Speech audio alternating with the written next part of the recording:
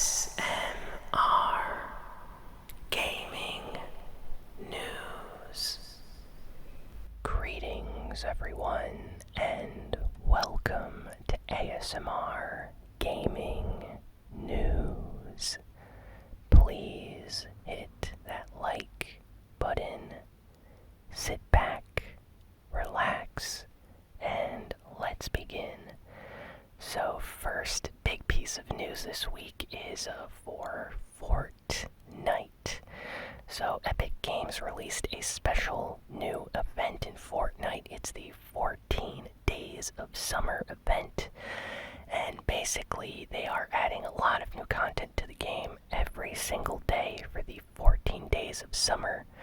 They will be unvaulting one weapon and keeping it unvaulted for the entire day. So far they've done a few weapons, like the burst assault rifles, the quad launcher, and a bunch of others. So I'm excited to see what they're going to unvault next, and hopefully some of my, favorite weapons from the past somehow come back.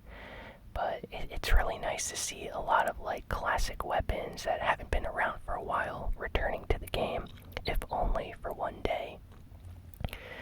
And a part of the 14 Days of Summer event in Fortnite, they are also adding a bunch of challenges every single day, and by completing these specific challenges you can unlock back bling, special emotes and loading screens, and just really unique items for your locker. So if you're interested in unlocking some free things in Fortnite, definitely check out the 14 Days of Summer event for Fortnite.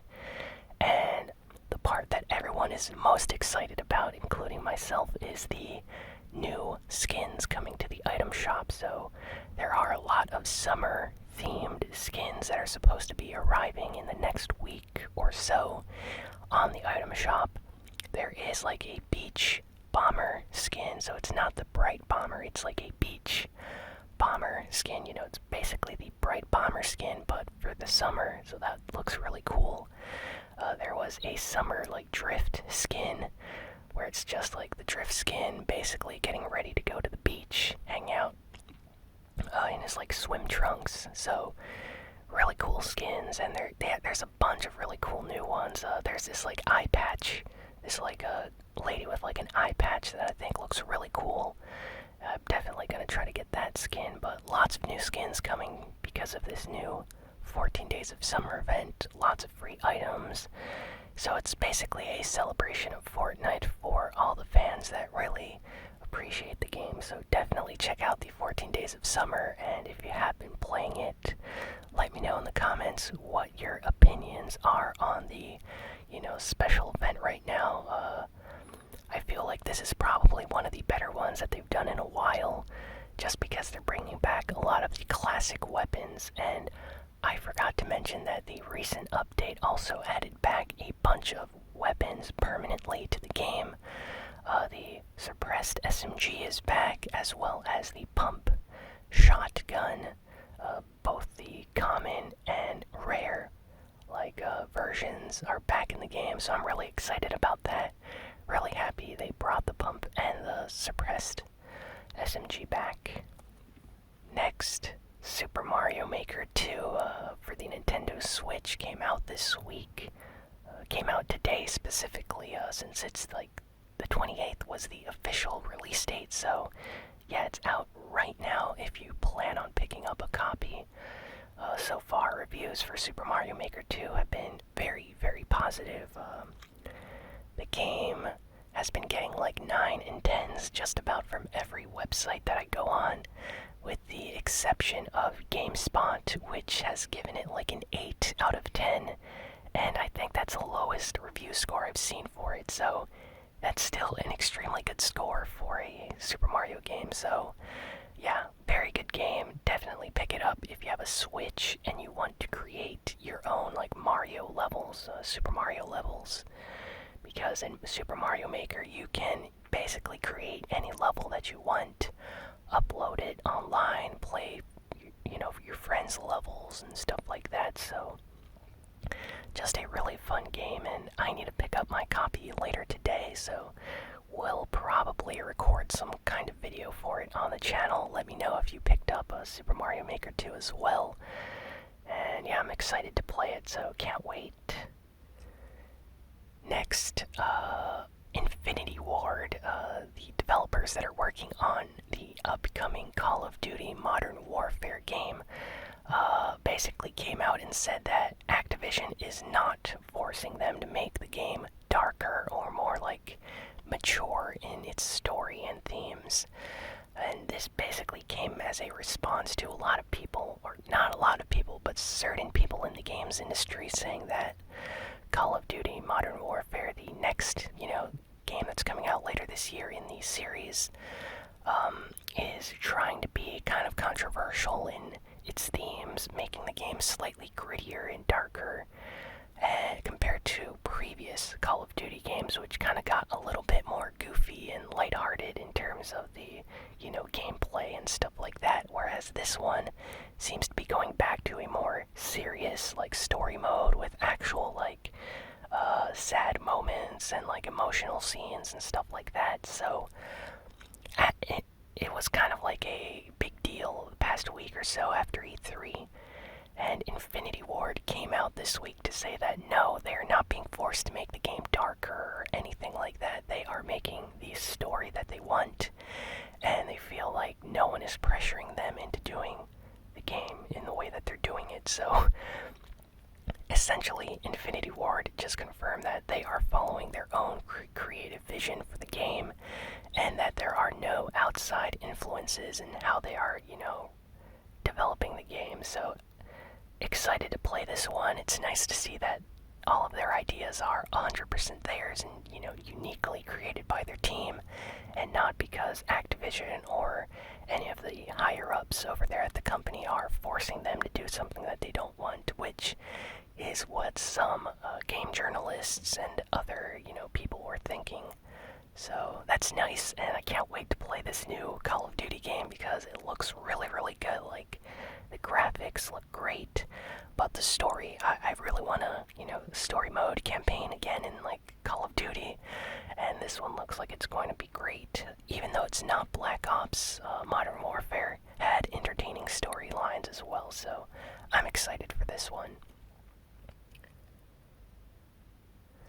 Next, we got some Cyberpunk 2077 news this week. So, apparently, according to a rumor, now this has not been confirmed, but the PlayStation 4 and Xbox versions of Cyberpunk 2077 will take up over 80 gigabytes of space on your hard drive. So when the game comes out and you install it, after all the updates and patches and installation onto your hard disk on the PS4 and Xbox, the game is going to take over 80 gigs of space.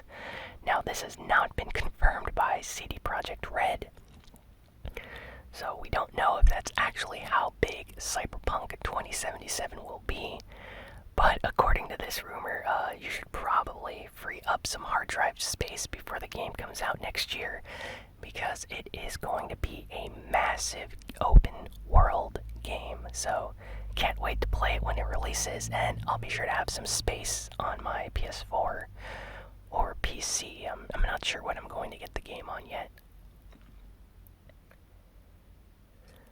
And speaking of Cyberpunk 2077, they released a free theme on PlayStation 4, so if you're hyped or excited for Cyberpunk 2077 to come out next year, you can already download an official theme from the PlayStation 4 themes section on the store, the PlayStation Network store.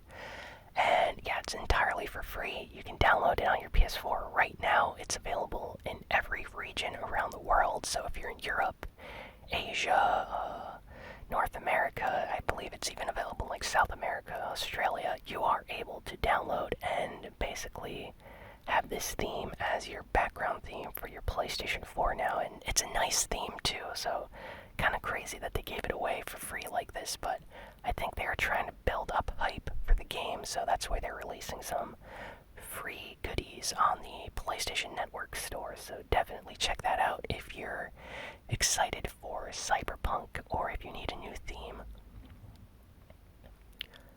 Next, there was some information about the PlayStation 5 that leaked this week. So Sony apparently trademarked a patent for something called like dynamic smooth loading. It's basically a feature that they patented that could potentially be in the PlayStation 5. So everyone hates loading screens and loading times, and the PlayStation 5 is going to use an SSD, so loading times are going to be much faster. But this new patent means that potentially the PlayStation 5 might not have any loading screens whatsoever if this technology is used. And apparently this like patent that they have working on, or not much is known about it, I'll just say that, but what it will allow you to do if they actually like implement this is when you're walking around an area, the SSD is always going to be scanning like in the game where you're moving towards, what you're doing, and loading in the background. So let's say you're playing like a game and you're getting near like a new zone or new area. Well, this SSD is going to be loading that area in the background already while you are walking there. So potentially the game will have 0 loading screens because it's going to be loading at all times before you even get to a loading screen area. So if true, that's going to be awesome and completely open up open world games and games with just really long loading times, like Uncharted and Last of Us and stuff like that. So this is awesome.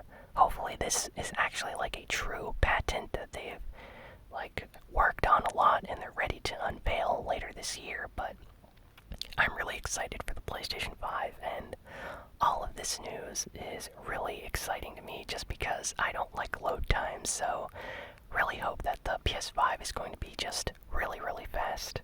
Next, the Sinking City, an HP Lovecraft inspired game. So if you're a fan of like horror or mysterious kind of like thriller mystery games, or if you're a fan of just HP Lovecraft fiction and all that stuff, well, there is a new game that just came out this week.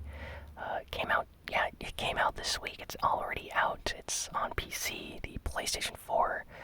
I believe it's on Xbox as well, but yes, it's called the Sinking City, and it's been receiving slightly higher than average reviews. I've been seeing some 7 out of 10s, 7.5 out of 10s. Hasn't been getting the greatest reviews. Apparently there's some issues with the pacing and, minor things here and there, but overall, it's been getting pretty good reviews. And there's a launch trailer that just came out this week, for the launch of the game. They always put out a big trailer to kind of entice potential buyers to pick up the game. So if you're interested, I recommend checking out the Sinking City trailer. Kind of creepy, but if you like, HP Lovecraft, kind of like lore and stuff like that, this is definitely something you need to check out. I've seen a lot of people already posting on forums that they are enjoying the game and what it's doing, so yeah, check it out if you're into that kind of thing. Next, we have some PlayStation 4 news. So every year at E3, they choose the game of the show, and it's like a big kind of award that is given to the biggest, most highly acclaimed game that is shown at E3. Well, this year it was really funny because the game that received the most awards out of any other game, and the one that won Game of the Show, which is like the most prestigious award at E3, is Final Fantasy VII Remake. So yes, Final Fantasy VII Remake, a PlayStation 4 exclusive, won Best Game of E3, and won I don't even know, over 150 awards from various other publications, giving them Best Game of E3, Best Trailer of E3, Best Demo of E3, it basically won every single award. Cyberpunk won a lot of awards as well, but Final Fantasy VII just eclipsed it in every other game at the show. And the interesting thing about this is Final Fantasy VII Remake is a PlayStation 4 exclusive. And the funny thing about this is that Sony was not even at E3 this year. Like, they did not have a press conference or live stream or anything like that. So, a PlayStation 4 exclusive ended up winning, and yet Sony did not have a, stream or conference. So, it's interesting that even when Sony is not there, an exclusive game of theirs ends up winning. So a lot of people are pointing that out and finding it kind of humorous. So it's funny, but Final Fantasy VII Remake did look great, and it was like one of my top 5 favorite games shown at the show. So I'm really hyped for it, as well as like Cyberpunk and a few other games. But yeah, really happy to see that it's getting a lot of recognition. So next we have some Luigis Mansion 3 news. Nintendo came out this week to say that they did not have a release date ready for E3 because they want to give the developers time to finish the game. And as soon as the developers, finish completing development on the game, they will give them a release date, and then they will give us the release date. So essentially, Nintendo is just waiting on the team of Luigi's Mansion 3 to have a release date ready. So that's actually interesting, since most game companies usually tell their developers when they should have a game ready. Like, they'll give them a deadline, like, by September 20th, this better be ready to ship. And Nintendo is just giving developers time until they have a release date that is concrete. So that's pretty good. Good job, Nintendo, letting the developers kind of like finish the game before announcing a release date. So that's nice. I wish more game companies did that. So next we have some kind of like funny news. Nintendo released an update for the Nintendo Wii U this week. Yes, the Wii U, the last generation system that was a failure for Nintendo and that everyone thought they abandoned. Well, it just got a brand new update.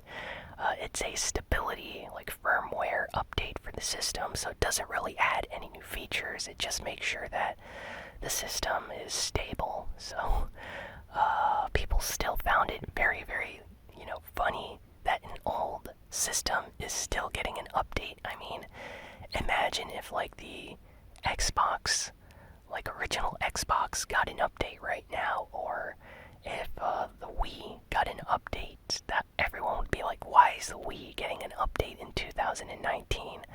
That's kind of like where people are at with the Wii U getting an update. I mean, it's almost 2020, and like a year from now, the Wii U came out last generation, and yet Nintendo is still patching and giving it updates so things run smoothly. Next, Bloodstained, the development team that worked on Bloodstained for the Nintendo Switch, has come out this past week and said that they are very aware of all the problems plaguing the Nintendo Switch version of the game. A lot of like glitches and errors with the save data and loading times, and yeah, the Switch version of Bloodstained is very, very bad, and they are planning on fixing it and releasing updates as soon as possible. So they are working on it, and yeah, hopefully they can fix it before people stop playing the game and pick it up on another system. But they are aware and are going to try to fix performance on the Switch version, which, from what I've seen online, is extremely bad. Like, seriously, do not pick it up on Nintendo Switch. Get it for a PS4 or Xbox or something else. So next, we have some news on the upcoming Nintendo Switch exclusive game, Astral Chain, developed by Platinum Games. So according to Platinum Games, this week they revealed that this game is going to be the first part in a series, like a trilogy series that they planned. So depending on how well Astral Chain sells will basically determine if they're going to make a sequel and a third game in this trilogy that they want to do. So hopefully the game sells very, very well. I wish the best of luck to Platinum Games. They make fantastic games, and I really, really hate to see when their games don't sell the greatest, like Wonderful 101 on the Wii U. That was a great game that barely anyone played. I have it, and I think the sales for that were extremely low, so hopefully Astral Chain sells very well.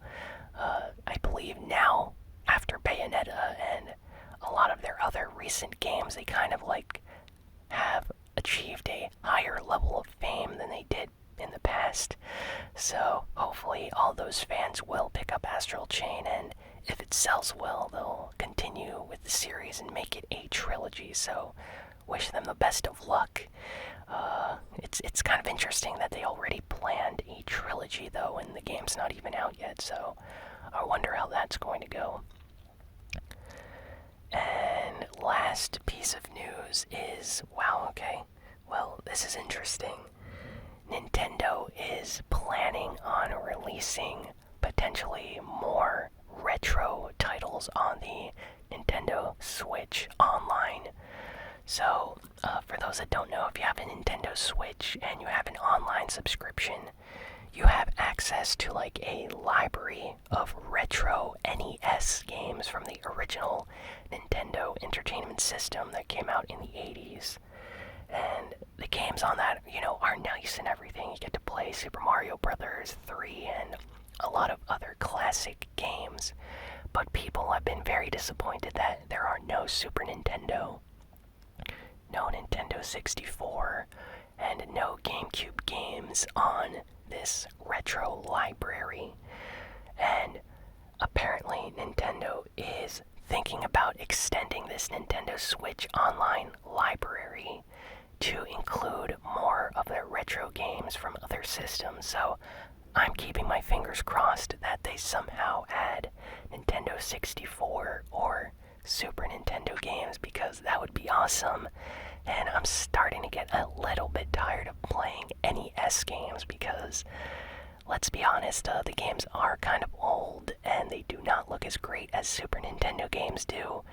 And it would be nice to play some Nintendo 64 games like Super Mario 64 on, Nintendo Switch when you're outside or when you're with your friends and stuff like that. So hopefully Nintendo does this, and yeah, that is all the news for this week. So I hope you all enjoyed listening or watching this video. Please be sure to like, comment, share, and subscribe. And if you want to help support the channel on Patreon, head on over to patreon.com/ASMRGaming, and with as little as $1 a month, you can help support the channel and the creation of videos just like this one. So definitely do that if you can. And yeah, I will see you all next time. I'll be back with a new video. So thanks again, and so long, and